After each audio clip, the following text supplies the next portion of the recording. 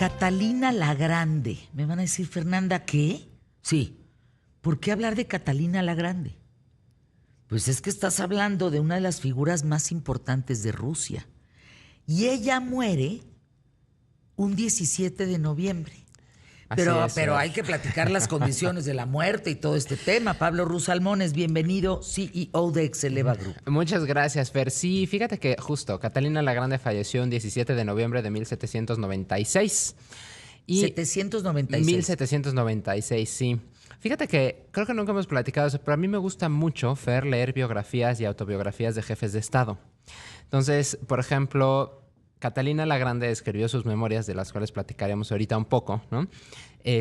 Su autobiografía, leí las de ellas, leí, por ejemplo, las de Margaret Thatcher, leí la biografía que escribió Voltaire sobre Pedro el Grande, que también es una verdadera maravilla.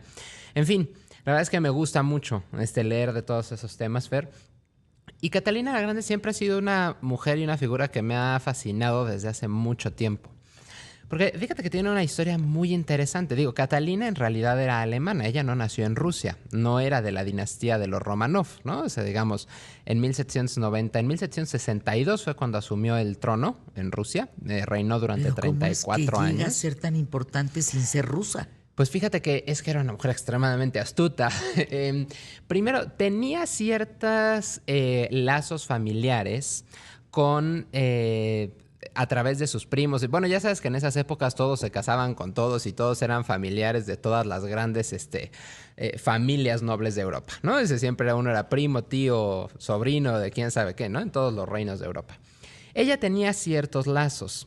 Y después del fallecimiento de Pedro el Grande, se vino en Rusia, digamos, una época donde hubo como 4 zares o 4 zarinas, entre zares y zarinas, de hecho, incluyendo a Catalina I, que era la esposa de Pedro el Grande, que estuvieron reinando Rusia durante un tiempo, pero no lograron la estabilidad o continuar con la estabilidad que había logrado Pedro I, Pedro el Grande. Eventualmente llegó al trono la emperatriz Isabel, Isabel de Rusia, pues. Y la emperatriz Isabel fue la primera. Ella logró reinar durante 20 años y trajo algo de estabilidad a Rusia. Pero el tema es que ella no tenía ningún heredero. Ella no dejó ningún heredero varón y entonces, pues ya sabes, se pusieron a ver entre las monarquías que quién era primo, que quién era no sé qué, pues para ver a quién se jalaban que eventualmente fuera a gobernar Rusia.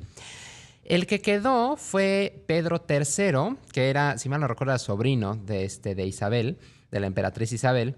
Entonces... a Pedro III se lo llevaron para allá para que, digamos, aprendiera las formas de gobernar Rusia y precisamente organizaron el matrimonio junto con Catalina, que había nacido como Ana Sofía en Holstein-Gottorp, que era una parte de Alemania. Entonces, y dijeron, bueno, pues tú te casas con esta que también tiene algunos lazos porque la familia tenía unos lazos interesantes y Catalina se fue para Rusia. Eventualmente, lo verdaderamente interesante es que cuando Catalina llegó y cuando conoció a quien se iba a convertir en Pedro III, híjole, pues se dio cuenta que su marido era, pues digamos, no era el cuchillo más afilado de la cocina, ¿no? O sea, la verdad. Qué buena frase. No era el cuchillo más afilado de la cocina. Sí, no. Apúntenle, por favor. Eso está buenísimo. O sea, quedó clarísimo. ¿No? Sí, exactamente. Sí. De hecho, Catalina se quejaba muchísimo de que a su próximo marido le interesaba mucho más jugar con soldaditos y cosas por el estilo que leer, que hacer actividades que ella consideraba útiles y, digamos, pues intelectualmente más satisfactorias que estar jugando con soldaditos, ¿no? Entonces, pero Pedro así era y además tenía una tendencia también al alcoholismo. Entonces, digamos que se juntaron las cosas y eventualmente la emperatriz Isabel falleció. Bueno, además, digo, la emperatriz se empezó a llevar muy bien con Catalina. El tema es que, digo, Catalina pues venía de Alemania y ella no tenía un lazo de sangre tal cual con la dinastía de los Romanov. Entonces, pero no obstante se empezó a llevar muy bien con ella. Y total que un mal día la emperatriz Isabel murió. Le dio creo que fue de un paro, no me acuerdo, pero pues cayó muerta porque además le habían los doctores recetado medicinas que no tomaba, en fin. Cayó muerta la emperatriz Isabel y fue entonces cuando coronaron a Pedro III. Pedro asumió la corona de Rusia, Pero ¿qué fue lo que sucedió? Bueno, que precisamente como no era una persona, digamos, muy inteligente, además era alcohólica, todas las personas que lo rodeaban, la corte, los nobles de Rusia y eso, empezaron como a sentirse, digamos, poco a gusto con Pedro III como emperador, como zar. Y por otro lado se dieron cuenta que Catalina pues era una mujer muy instruida, era una mujer extremadamente educada, era una mujer, digamos, muy inteligente y empezaron a hacer un complot con Catalina para ver, oye, pues ¿qué vamos a hacer con tu marido? Porque nomás no está jalando, ¿no? Digo, muestra de eso es que imagínate que estaban aliados, en su momento estaban aliados Rusia y Gran Bretaña contra Prusia, que estaba en ese momento gobernada por Federico el Grande. Y estaban, digamos, cerca, incluso el ejército ruso había, ¿cómo se dice? Raided, había, digamos, invadido Berlín, ¿no?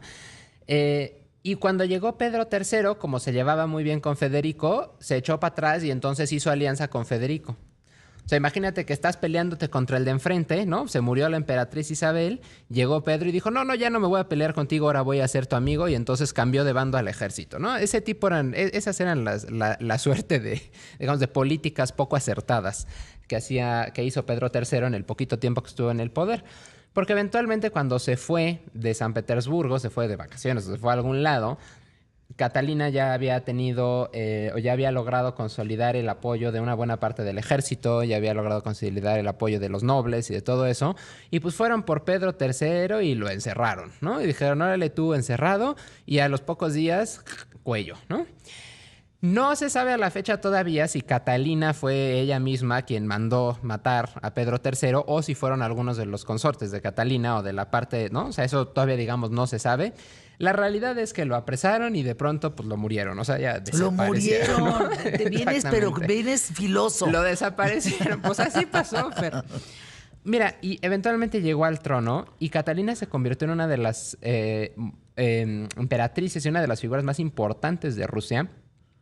Fue una patrona total de las artes, de la ciencia. Digo, el Hermitage lo fundó ella, ¿no? O sea... Es que es impresionante la historia. Claro, ¿no? Una de las mujeres más poderosas. Una de las mujeres más poderosas del mundo, amiga de Voltaire también. Nunca se vieron en persona, pero... La zarina ilustrada. La zarina ilustrada, exactamente. De hecho, Voltaire le puso el apodo, de la Estrella del Norte, por haber sido, digamos, tan ilustrada en ese sentido y haber, claro, usó esa ilustración para gobernar de una forma totalmente absoluta.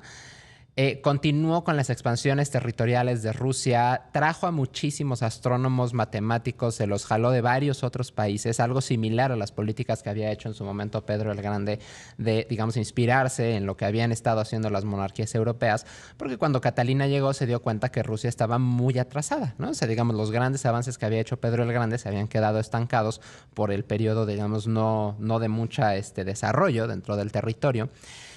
Y pues se trajo, ¿no?, a la gente de varias partes. Y fíjate que yo te puedo decir una cosa, Fer, en sus memorias, que es su autobiografía, desde ese momento te das cuenta que era una mujer extremadamente inteligente, que era una mujer también, por supuesto, muy manipuladora, porque, a ver, no puedes usurpar el trono de ninguna nación si no tienes también esa habilidad. ¿Estás de acuerdo? Tienes que saber manipular gente, porque ¿cómo te usurpas el trono de un país que ni siquiera es el tuyo?